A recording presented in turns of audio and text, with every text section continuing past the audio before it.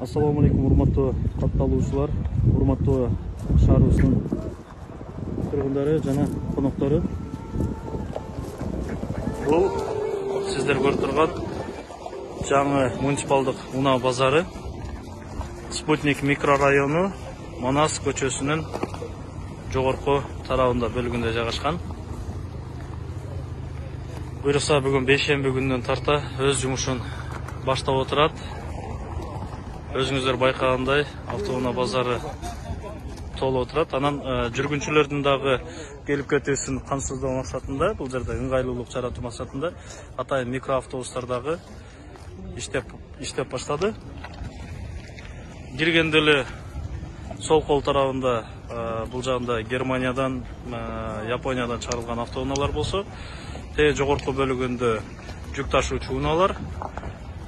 Жана киргенде эле оң кол тарабында бул сол рулдуу Кореядан чыккан автоунаалар. Ушундай болуп бөлүнүп, бүгүн өз ишин кызуу баштады десек болот.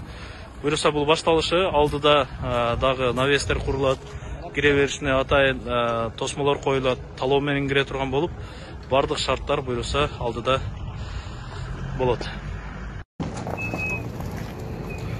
Унаа базар бүгүндөн баштап толук кандуу ишке кирдиби, дагы кошумча кандай жумуштар аткарылат ошолор боюнча?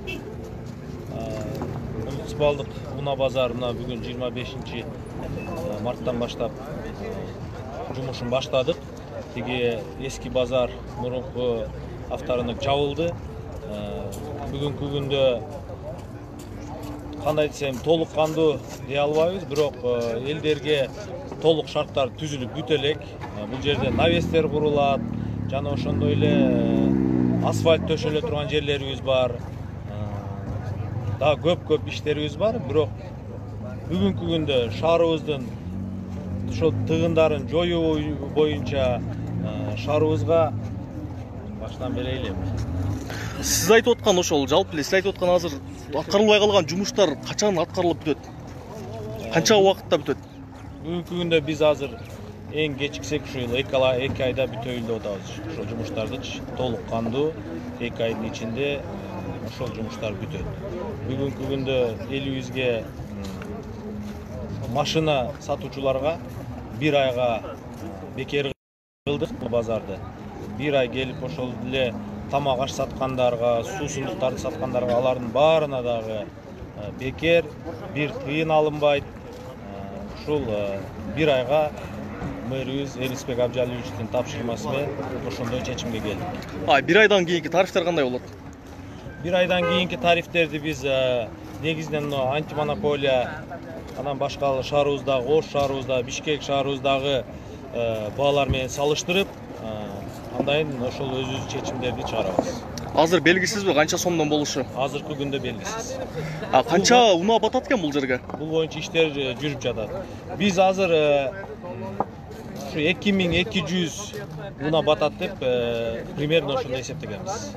Анан бул жерге дарбазага дагы жанагындай электрондук эмелер коюлат деп атты эле. Бул жерге ошо электрондук дарбазалар коюлат, эч кандай коррупция болбойт. Ар бир ошол электронный дарбазалар коюлгандан кийин ал жерде акчаны эч кандай ошол жерде контролерлор кармай албайт. Билесиздер, Бишкекте унаа базары бар. Ошондой тартипте иштейбиз. Канча кызматкер иштеп атат бул жерде? Бүгүнкү күндө 8 кызматкер иштеп атат бүгүнкү күндө. Анан болжолдуу бюджети канча болот деп атасыздар эми бул жердин? Бюджетин айына бүт налогтордон кийин башка чыгымдардан кийин 1 миллион сом бюджетке түшөт деген көзөмөлдү. Кандай жылынабы же айынабы? 1 айда. 1 айда 1 миллион сом бюджетке. Анан азыр келе айтканда көрдүк да, жолдордо бир аз чаң жанагындай экен да, шарт каралбай калыптыр. Эртеге эле жашоочулар наразы болбойбу ушул тегеректе жашагандар? Бүгүнкү күндө бул боюнча да иштер жүрүп атат. Жакынкы күндөрү мына аба ырайы ошо асфальт басканга ыңгайлуу болгондо биз биринчи жумушту асфальт басуу менен ушу жолдорду, ушу авторынокко кетип аткан жолдорду карайбыз. Бүгүнкү күндө мына атайын кызматтар суусун чачып атат, жолун тазалап атат. таштандыларды алып атышат.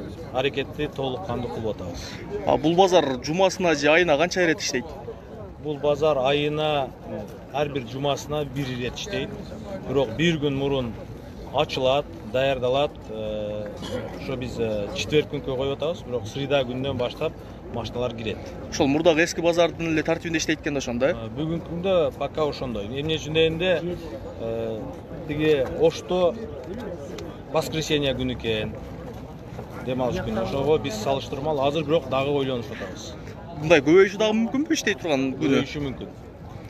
2 күн кылышыбыз мүмкүн. Берки эски базар толук кандуу жабылды десек болот да ошондо? Бүгүнкү күндө мэрибиз Эрисбек Абжалович ал базардын ээси менен сүйлөшүлүп, ал жак толук кандуу жабылды десек болот. Базардын аянты канча? Анан канча акча кетти? Базардын аянты 3 гектар 80 сотик. Бүгүнкү күндө. Бирок азыр дагы бизде 1-2 спорный жерлер бар. Ал жер дагы буйруса муниципалдык менчикке өтөт. Ошондо 4 гектардан толук аянты 4 гектардан өтөт бул жерде. Азыр ушул кезге чейин канча акча сарптадыңыздар? Ушул абалга келгенге чейин? Бул абалга келгенге чейин азыр мен так айта албайм. Бирок ушул 3,5 миллион сомдун тегерегинде. Алдыдагы айтып аткан иштериңизгечи канча болжолдуу канча акча кетет? Алдыдагы айтып аткан иштерге бүгүнкү күндө 10 миллион сом бөлүндү. 10 миллион сом болот.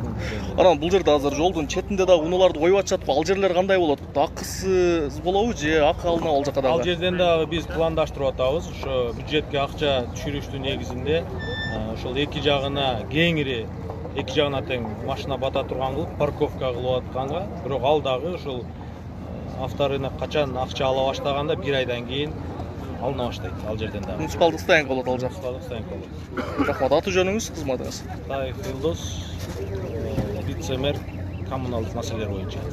Рахмат.